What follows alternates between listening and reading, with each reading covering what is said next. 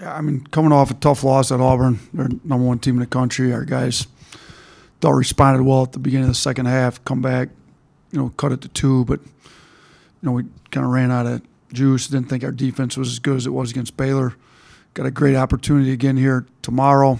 I think this is Aaron told me the first time since Rutgers in '09 that the team's played three straight top five teams in the country. So, we're trying to get this one. If we get two out of those three, we'd be in a great spot. This first game of the second half of SEC play. So, trying to improve some stuff from the first half of SEC play to the second half. Our defense, main thing that needs to improve. 3-point shooting, needs to come up as well. But, I think we've had some good practices. I think our guys are ready. Last time we played in Coleman, we beat a great team in Baylor, and we've got another really good team in Kentucky coming in, and looking forward to our guys having a chance to compete against another top five team in the country Saturday. Thank you, Coach. We'll go ahead and start with questions. Let's start with Austin Hannon first. Hey, Coach. I mean, just watching Kentucky this year, the Wildcats kind of go how Oscar Tshiebwe goes. So what's your kind of fear and what's your plan on limiting his inside rebounding and scoring? Yeah, I mean, he's the best rebounder in the country. I think if he averaged 15 rebounds a game, it'd be the first time somebody in college basketball did that, if somebody told me correctly. So one of the best rebounders in the history of college basketball for that. So we're going to have to box him out best we can. We're going to have to get five guys in there to help rebound. It's not going to be a one-man job. Charles has a little bit of length on him, but Tshiebwe's obviously stronger, got a thicker base. I think Rojas has got some toughness to him. Noah Gurley does a decent job boxing out. Might be one of those deals where, the guy boxing him out doesn't get too many rebounds. Some other guys got to come in and get them, but we got to get five guys in there and do it. Great job with team rebounding. And then the other issue is, he rebounds it on both ends. So we got to figure out a way to get some offensive boards too, because he gobbles up so many of their defensive rebounds. And offensive rebounding has been a big part of our offense here this season, with us not shooting as well as we'd like to. So we've got to get the rebounding figured out as a team, because he's the best rebounder in college basketball this year. Charlie Potter, go ahead. Hey, Coach. This is a little off topic, but just what was your reaction to the new the plans for the new arena, and how much input did you have in some of those? Yeah, I'm super excited. When they interviewed me, they told me they were either going to remodel Coleman or build a new one. They'd showed me some designs of what the new arena may look like, and I didn't have a whole lot of say in much of it, but engineers and administration, all that, it's going to have a whole lot more say with that, with kind of the premium seating and all that. But I'm fired up. It's going to be, looks like it's going to be the best arena in the SEC. We've got a couple new ones here recently. Ole Miss is nice. We just played in one of the nicer ones in Auburn. That environment's the toughest environment we play in the SEC. So, ours is going to be just a little bit bigger than that. I think it's perfect. Get students right on the floor. If you look at it, student section is going to stretch baseline, entire sideline to the baseline. I think that's what it's supposed to be. That's what college sports is about. It's getting students right down on the floor, and then we'll still have plenty of premium seating for those that want it. But I'm fired up. I want an environment, and not to say anything bad about our fans, because they're doing an unbelievable job. It's just, when you start the fans 30 feet off the floor instead of right on the floor, and and our arena kind of goes way out like this, and you get there and they're right on the floor and it's on top of you. It's just a different environment. So I'm fired up. It'll be a lot better place to create a home court advantage, and we've got a good one here, and we're doing well. We just beat Baylor here. We beat some tough teams here, but yeah, I'm more excited about what it's going to do for home court advantage and that. And then obviously with the fans, it's going to be a lot better amenities for the fans, but that doesn't really affect me too much. Mike Rodak, go ahead. You mentioned kind of the rarity of playing five or playing three teams that are top five in a row like this. Just how do you fight the mental fatigue factor with your players, just having to ramp up mentally for each of these games over and over again? Yeah, that's a good question, because we've had a lot of, we've got the number one strength of schedule in the country. We've had that. I I'd like to say that didn't have anything to do with some of the losses we had to inferior opponents, but maybe it did with just having to be that on mentally every game. I think you got to be smart. We played Tuesday, game Wednesday off. We had a good practice Thursday. We went short today, trying to keep them, and we went in the morning. So they've got, they don't play until tomorrow evening. So, and I think more of it is we just got to focus on what we have to do for, like right now. Like if we're looking forward to the next week too, let's just focus on the game at hand, focus on practice at hand, and just be smart with not overdoing it with them. But and you really got to look at it more as an opportunity than not. Like this is an unbelievable opportunity to play 3 top 5 teams. People talk about building resumes in college basketball all the time. Well, we've got a pretty good resume right now. I think we're either number 1 or number 2 with top 25 wins. I think us and Marquette are right there. We've got, I think, 5 wins against top 15 in the AP top 25. It's our resume's good, and we've got another unbelievable opportunity to get another win against a top 5 team. So I look at it more like we get to play these teams, not have to, and when you get to play them and you get that opportunity, we've stepped up and played pretty well in most of the big games we've had, and I think that's going to happen again tomorrow. Max Donaldson, go ahead.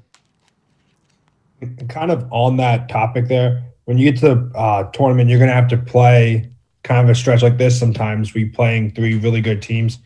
Just having that, having the experience of doing this, how will that help come tournament time? Yeah, I think that's a great point because the stat I gave you earlier with Rutgers in 09 is first time since the regular, since then in the regular season. Well, if you're going to make a run in March, you're going to have to beat really good teams. There's only really good teams make the tournament. So, it's going to give us an advantage that maybe some other teams haven't had to play them back to back to back like that. So, I think in college basketball it's a little different than football. Like football, 2 losses kind of put you out. You have no chance to make a run at the national championship or a postseason run. Like in basketball, you can lose some games, learn from them, and move on. Well, as long as we're learning and getting better and moving on and playing well, here in February leading into March, like we're fine. I think this stretch prepares us more than it does for anybody else or more than it does anybody else because we're able to play this stretch and most teams aren't able to play a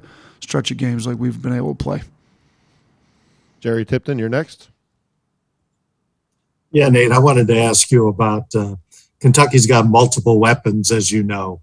If you concentrate your defense to stop one guy, it might create more of an opportunity for somebody else. What kind of challenge does that present in trying to defend a team?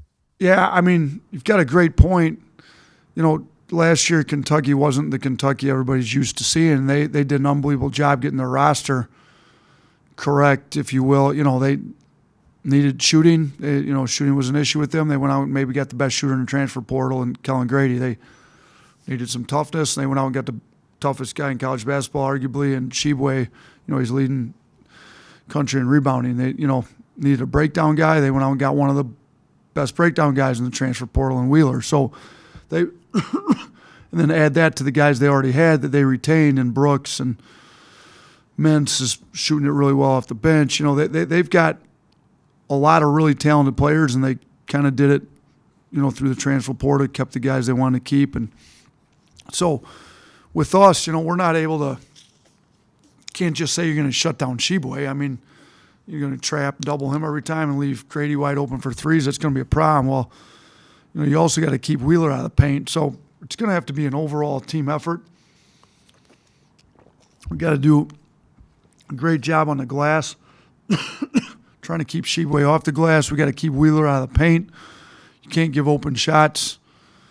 To Grady, Brooks is kind of doing a little bit of everything. Ty Washington is one of the best freshmen in the country. He does a little bit of everything. He can play the point. He plays off the ball. He's real efficient. He's playing well. So they've got a great starting group, and then they bring in,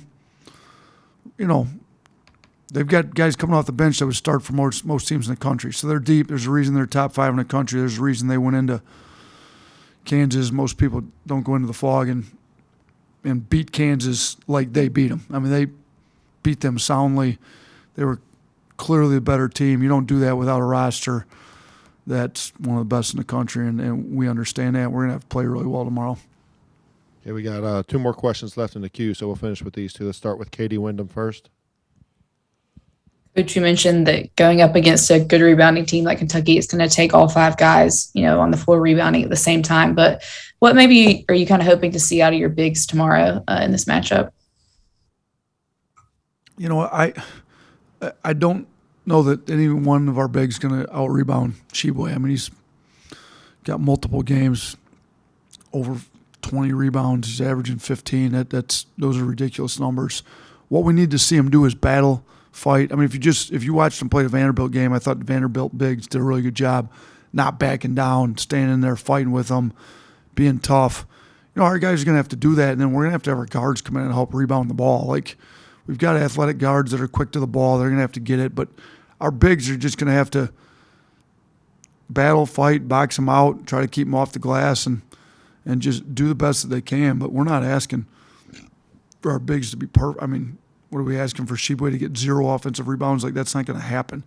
There's going to be some offensive rebounds he gets because he goes so hard, and we're going to be out of position, and we had to help. But the other thing is, we talk about what our bigs need to do. Our guards have almost as much to do with this as our bigs. When our guards get beat off the dribble and our bigs have to help, like, now we've got issues. Now we got a guard boxing out Tshiebwe. That's a major problem. Like, we can't be getting beat off the dribble very often, and it's a challenge because Wheeler's one of the best blow-by guys in the country. So we got to do an unbelievable job on Wheeler so that our bigs are not having to help and then opening up, rebounding opportunities for Tshiebwe on the offensive end. All right, we'll finish up with Charlie Potter. Coach Cal made it sound like they were going to be able to get out of Lexington, but have you been able to communicate with him given the weather? Is everything still, on plan? Yeah, I haven't talked to him personally, but our administration's talked to theirs and our operations people with theirs, and we don't anticipate any issues. We anticipate them being here for the game. So that the latest I got is that they'll be here. So let me one more thing on it, guys. I know I only got the one question about the new arena. I think for our fans, this is a huge day, and I think it's. I just want to say thanks to Board of Trustees and Dr. Bell and Greg and Chancellor St. John, because it's huge in a college basketball environment to have one of these new arenas that you're seeing other teams in our league with the home court advantage that they have. And so hopefully within a few years here, like, we're playing in one of those and we can generate the best home court advantage in our league. Because I think there's other really nice venues, but I think they've got the idea of what it takes to create a home court advantage. So I just this is our 3rd year here. I didn't expect it to be done immediately, but when they told me they were going to get it done, I think Greg's one of the best ADs in the country, and when he says he's going to get it done, he gets it done. And administration, obviously this is phase 1, and they got to go through a bunch of steps to get it there, but it's got us all fired up. The coaching staff's really excited about it, and our fan base should be. Our current players may not get to play in it because they'll be gone by then, but they can come back to an unbelievable environment and support their team when they come back. So the whole program is really, this is a big day for Alabama basketball today.